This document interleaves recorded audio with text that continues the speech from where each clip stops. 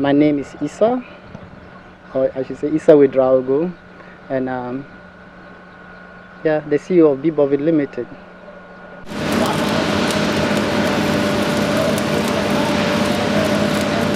I grew up as an orphan. Basically, I lost my father at 11, my father at 15, and I finished secondary school. I went to Univalle Secondary School, finished in Tasco, and left for Germany to do my advance. After that, I went for African Development and went back to Germany, worked for German Telecom. After German Telecom, I went to Saudi Telecom, came back to Germany, and I was posted here to work with National Development Planning Commission as an IT expert. And then I decided to do what I'm doing now.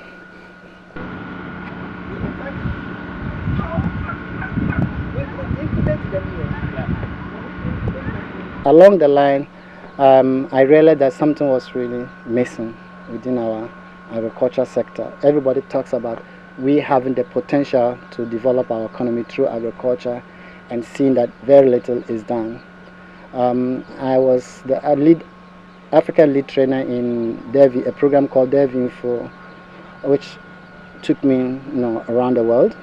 And all the time you realize that people meet and they talk about poverty elevation or poverty reduction and agriculture, but you see that people who have gathered, there's nobody who is directly involved in the process.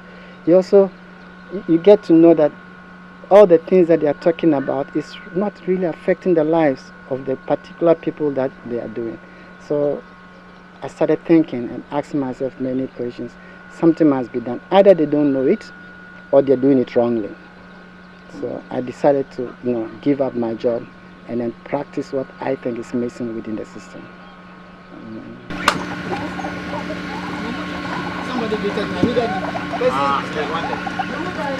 In Western region, we have the best weather conditions. We have one of the best soil fertility lands. We have the best climate. We have a lot of water bodies. So you ask yourself, why are we behind? Why can't we produce? Why should we be here and import certain basic food that a country that hasn't got that condition is doing it for us? It's kind of desperate situation, and at times you even end up shaming yourself from coming from this kind of area. This particular area.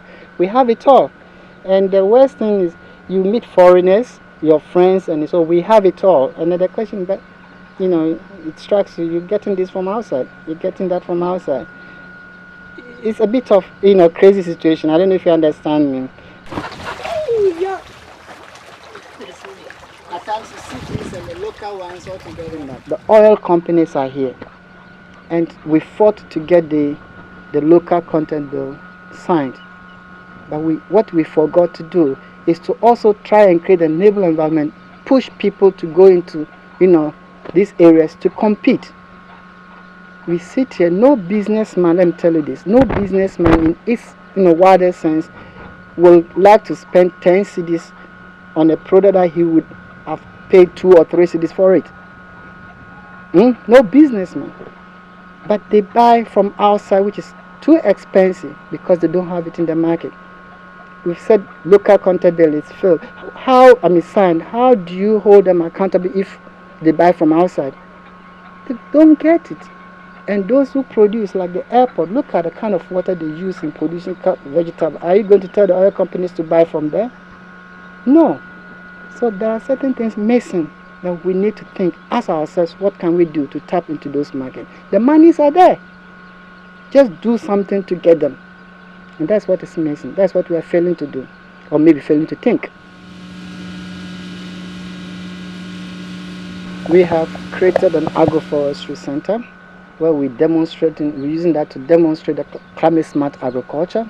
We want farmers to understand what is climate change, what's its effect, and how do we prepare ourselves to that. When do we plant? How do we plant? The weather condition, water harvesting, rainwater harvesting, and all that. We've created an ecotourism that is kind of a supporting activity to demonstrate, how beautiful nature is. Ironically, I've named it Garden of Eden. But if you go there, all kinds of food that grow in this country you can find them. So imagine you walking in there, even go to the kind of demonstration, and as a garden of demonstrating Garden of Eden in this way. And then we have the Alternative Livelihood Center. We have grass cutter, rabbits, goat, sheep, cattle, pigs. You've seen the guinea fowls, ducks and geese, the aquaculture, tilapia and catfish.